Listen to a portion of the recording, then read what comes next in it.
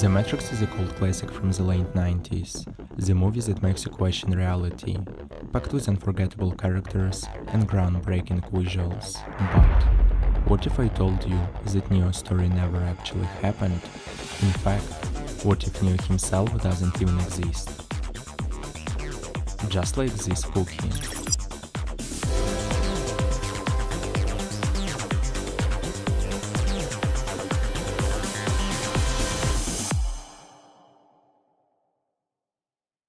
I want to start with one of the things that has always been unclear about the Matrix, and that is the supposed function of humanity for the machines. According to Morpheus, humans are a little more than just Duracells, batteries used to power the machine's existence. But does it really make any sense? The machines have created an incredibly complex system like the Matrix to harvest energy from the humans, but when you think about it, this seems highly inefficient. The human body needs more energy to keep itself alive, especially when being plugged into the matrix that it could ever produce. Besides that, there are far more effective ways for the machines to generate power. Solar energy, geothermal systems, or even nuclear energy would provide an exponentially more reliable and sustainable energy source than maintaining billions of humans in pods. Another tricky moment is the state of the sky, which was darkened by humanity to cut the machines off from solar energy. But we know that it was us that scorched the sky.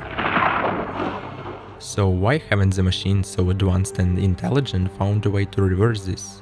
If they can create an entire simulated world as complex as the Matrix, surely they possess the capability to clear the atmosphere and restore sunlight.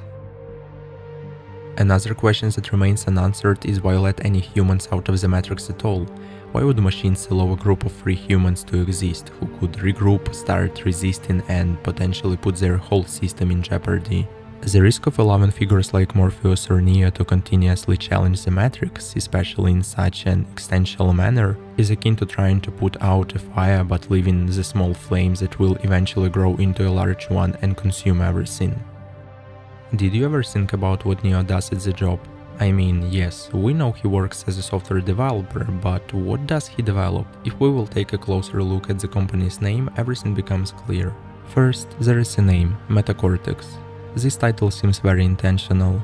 Meta often means beyond or transcending, and cortex is a term for the outer layer of the brain responsible for high-level processing and cognition. The name therefore suggests that the company works with technologies that go beyond human cognition, hinting at AI development alike, or even outperforming the human mind. And Neo, as a developer, has to be directly involved in the process of creating AI. Interestingly enough, despite such a high-tech environment, Neo is depicted as being very discontent about his job. His boss rebukes him for always being late, frustrated with Neo's apparent lack of commitment. This dissatisfaction may indicate that Neo feels like he has been put into a job that stifles him, making him carry out mind-numbing, repetitive programming tasks. Have you ever noticed that absolutely no information about Neo's parents is given? There is no mention of his childhood, family, or where he came from. It is almost as if his past is erased or hidden on purpose so that his life before the Matrix is mostly left in the dark. Neo himself never mentions it, nor do we see him trying to contact anybody from his past. If there were someone like a family member, I believe Neo would try to reveal the truth to them, because most of us in his place would likely try to save the people who matter most, those we are truly connected to, but he doesn't even try to do so. Another explanation might be that Neo had some troubled or even traumatic family life, something he's deliberately detached from or wants to leave behind, or even that he grew up without family as an orphan with no one to miss or return back for. Whichever possibility is true, whether Neo faced a troubled family dynamic or grew up without family altogether, one thing seems clear. Neo had a difficult, possibly lonely and painful childhood. You might wonder why I'm telling you all of this, but there is just one more crucial piece of the puzzle you need to know to see the whole picture, and that puzzle is FPP. FPP, or fantasy prone personality, is the key to it all. It's a psychological trait characterized by a strong tendency to immerse oneself in vivid and highly detailed daydreams and fantasies. People with FPP often experience a rich inner world that can sometimes feel as real as, or even more engaging than their external reality. This trait allows individuals to create lifelike, intricate mental experiences, often complete with characters, plots, and sensory details. While FPP isn't classified as a mental disorder, it's a distinct trait that shapes how individuals perceive and interact with the world around them, sometimes blurring the line between fantasy and reality. Many of those suffering from FPP are described as having traumatic or difficult childhoods. This may influence some to retreat into their imaginations as a coping mechanism for their distress in the real world. Fantasy becomes self-protection, providing an arena to feel safe or at least in control when life is unbearably difficult or overwhelming. In such instances, individuals are able to flee into complex, comforting parallel realities that offer emotional refuge or solitude. It all makes sense now. Neo is not the one. He's just an ordinary man, Thomas Anderson, a helpless and meaningless office worker who is desperate to escape the routine of his existence. In this role, he escapes into his head, where his fantasy-prone personality has built an intricate fantasy world. However, this world is riddled with plot holes and physics gaffes, because Thomas is not knowledgeable in energy or physics. He doesn't understand what makes for efficient energy sources or why it is absurdly impractical to harvest power from human bodies. And that is all because Thomas isn't trying to build a perfect world, he's trying to escape one. He's through with being the small cog that doesn't matter in a much greater, impersonal machine. The known sense of futility and insignificance that keeps him sleepless compels him to dream of a world where he matters, where he becomes superb. In this imaginary world, he can rise above his mundane existence, cheat gravity, stop bullets just with a thought, and rewrite the rules of the universe according to his will. It's not a question of logic, it's about reclaiming a sense of power and purpose he can't find in the real world. But even in his dreams, Thomas appears to understand on some subconscious level the reason he created the Matrix. This is evident in his inner turmoil, leading to a critical moment prior to Morpheus's offer of the red and blue pill. Neo, almost half speaking to himself, admits, "Because I don't like the idea that I'm not in control of my life." This seemingly simple statement is deeply revealing. It exposes the profound frustration he feels in his real life, where he is denied the power to shape his own destiny or find meaning on his own terms. It's a glance into the heart of his struggle, a yearning to break free from the suffocating constraints of mundanity. All the characters Thomas interacts with in the Matrix are not accidental ones. They all symbolize people from his real life, but being subtly shaped by his subconscious. For example, Trinity. She is the woman he deeply admires and cares for, but cannot be with. In the Matrix, she's his idolized partner, brave, loyal, connected to him in a way that is not possible in his daily life.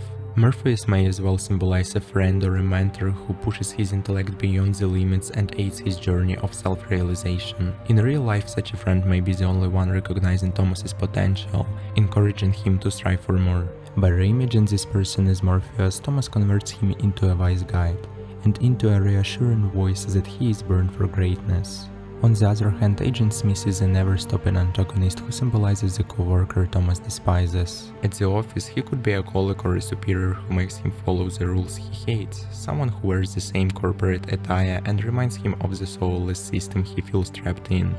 While in the Matrix, this colleague becomes Smith, embodying everything Thomas feels oppressed by: conformity, control, and the lack of individuality. Furthermore, all agents in the Matrix look alike, symbolizing how the system erases individuality, reducing people to uniform enforcers of its control, as this uniformity reflects the system's ultimate goal: to strip away personal identity and replace it with compliance. However, when Smith is freed from the system after Neo rewrites his code in the first movie, he doesn't embrace individuality. Instead, he replaces that order with a new one, the one filled with billions of identical copies of himself. The transformation reveals a terrible irony.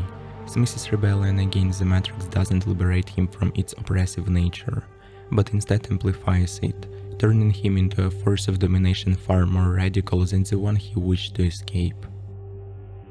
Each of these characters is a piece of Thomas's real world, recasting his mental escape. They fill specific roles in his fantasy, amplifying his emotions and allowing him to confront frustrations, desires, and conflicts he cannot express openly. Deep down, Thomas realizes the world he has created in his mind is just a construct.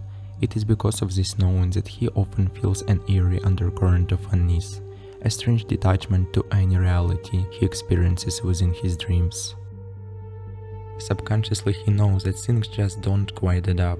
His world bends to his whim in ways the real world could never. This quiet knowledge comes out as a nagging doubt, filling his repeated questions about what is real and what is not. The subtle tension between what he wishes to believe and what he truly knows burdens him.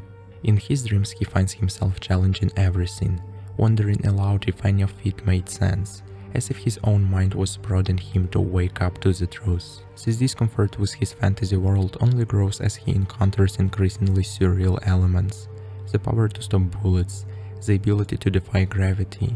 He knows these things are impossible, yet they offer the freedom he craves. The more he immerses himself, the more his doubts rise, creating an internal struggle between the bliss of his imagined control and the faint awareness that this world isn't real. The Matrix certainly delves deep into the nature of reality, challenging us to question what we take for a fact, but more importantly, it suggests something powerful, timeless. Most of us risk drifting through life half asleep, lost either in routines or fantasies, disconnected from the present. News as past indicates that though flying into dreams may be easier for us, true fulfillment actually comes from waking up and facing life squarely. The real struggle is to break free from illusions, whether they are imposed by others or self-created, and to confront our own realities. The choice, as Matrix suggests, is ours. We can stay in the comfort of our fantasies, or we can choose to awaken, taking control, and truly living our lives.